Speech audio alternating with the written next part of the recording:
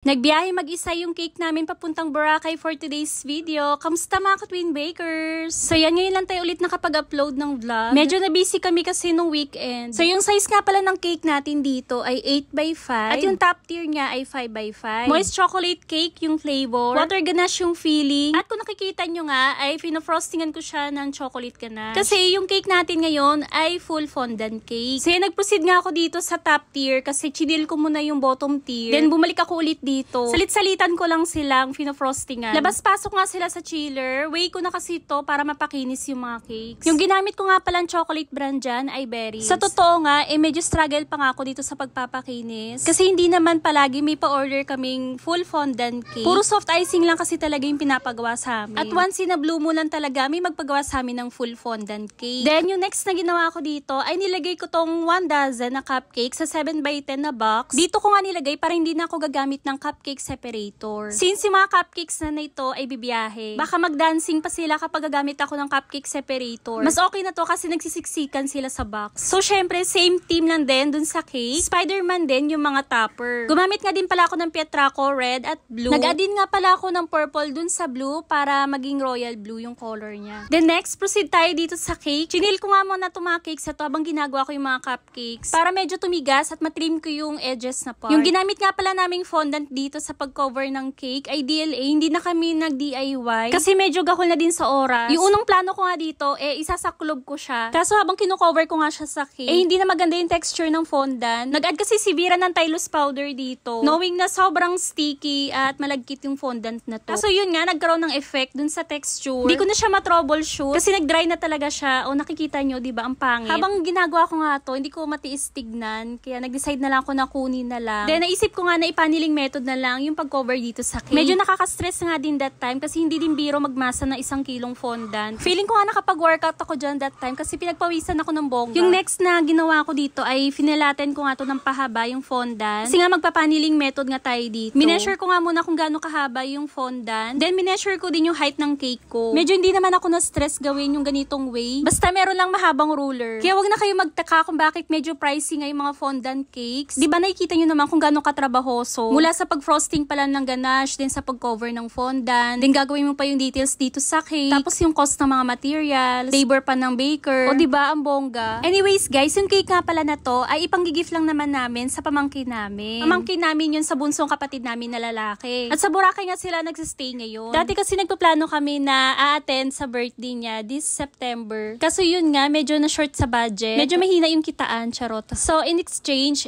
gagawa na lang namin siya ng birthday cake. Then nag-decide na nga kami na i-full fondant nga since ibibiyahe nga to. From Iloilo to Boracay nga, almost 6 hours din yung travel time. So sa ganitong malalayong biyahe nga, dapat naka-full fondant talaga yung cake para maiwasan na hindi masira. Medyo mapapamahal ka nga lang, pero isipin mo na lang na hindi naman masisira yung cake mo. Confident ka na hindi masisira kahit mag-isa lang siya magbibiyahe. No last year nga, ay dito sila nag-celebrate ng first birthday ng pamangkin namin. Then kami din yung gumawa ng birthday cake niya. O diba, perks of having a baker tita. Ang saswerte nila no, char. Pero at least makabawi man lang no, kasi hindi nga kami makakapunta doon. So yan, medyo madaming doubles ngayon nilagay ko dito since medyo mabigat din yung top tier. Then tumusok pa ako dyan ng 5 stick. Tagus nga yun hanggang cake drum. Ewan ko na lang kung masisira pa to. Then naglagay na nga din ako ng black fondant para maging border dun sa top tier. Then nag-trace nga muna ako dito sa cake gamit yung stick bago ko linyahan ng black. Ang gamit ko nga dito ay yung chocolate. Saglit ko lang siya minelt sa microwave para maging pipeable. Mas maganda nga gamitin yung chocolate pang linya kasi nagsiset kagad siya. Nilagay ko na nga dito sa bottom tier yung mga building na details. Si Vera ngayon gumawa ng mga details dito sa cake. Then yung mata ni Spider-Man, medyo nadumihan ko. Di ko alam kasi kanina natamaan pala siya ng airbrush. Habang nagsispray ako, kaya ang ginawa ko na lang ay pinaint ko na lang siya ng color white na food color. O diba, pumuti din. Then syempre, ang dedication, happy 2nd birthday, Lia. Magkasing edad lang sila ng baby ko. Ginawan nga din pala to ni Vera ng human topper, o diba, ang bongga for the effort yarn. Sa tingin nyo, mga magkano kaya yung mga ganitong cake? Kasi sa amin, siguro ko ibebenta ko to sa iba, nasa 6,000 na siguro. Puro dark color kasi yung nagamit dito sa cake. Labas pa dun yung human topper na worth 1,000. At ito na nga yung finished product. Ang bongga no, ang bongga na regalo namin, charot. Flex ko na nga din dito yung 24 pieces na cupcakes. Then may mga macarons din kasama to. Nilagay na din lahat dito sa isang box. Pagdating nga dun sa series, nag-decide na nga lang si Vera na ilapag na lang yung mga cakes sa sahig para safe at hindi lumipad yung mga cakes. Effective naman yung mga ginawa natin for today's video kasi pagdating dun sa Boracay ay sobrang stable na mga cakes at walang kasira-sira. Sobrang happy nga ni Mami. So ito lang muna guys for today's video. Thank you for watching. Ingat po kayong lahat.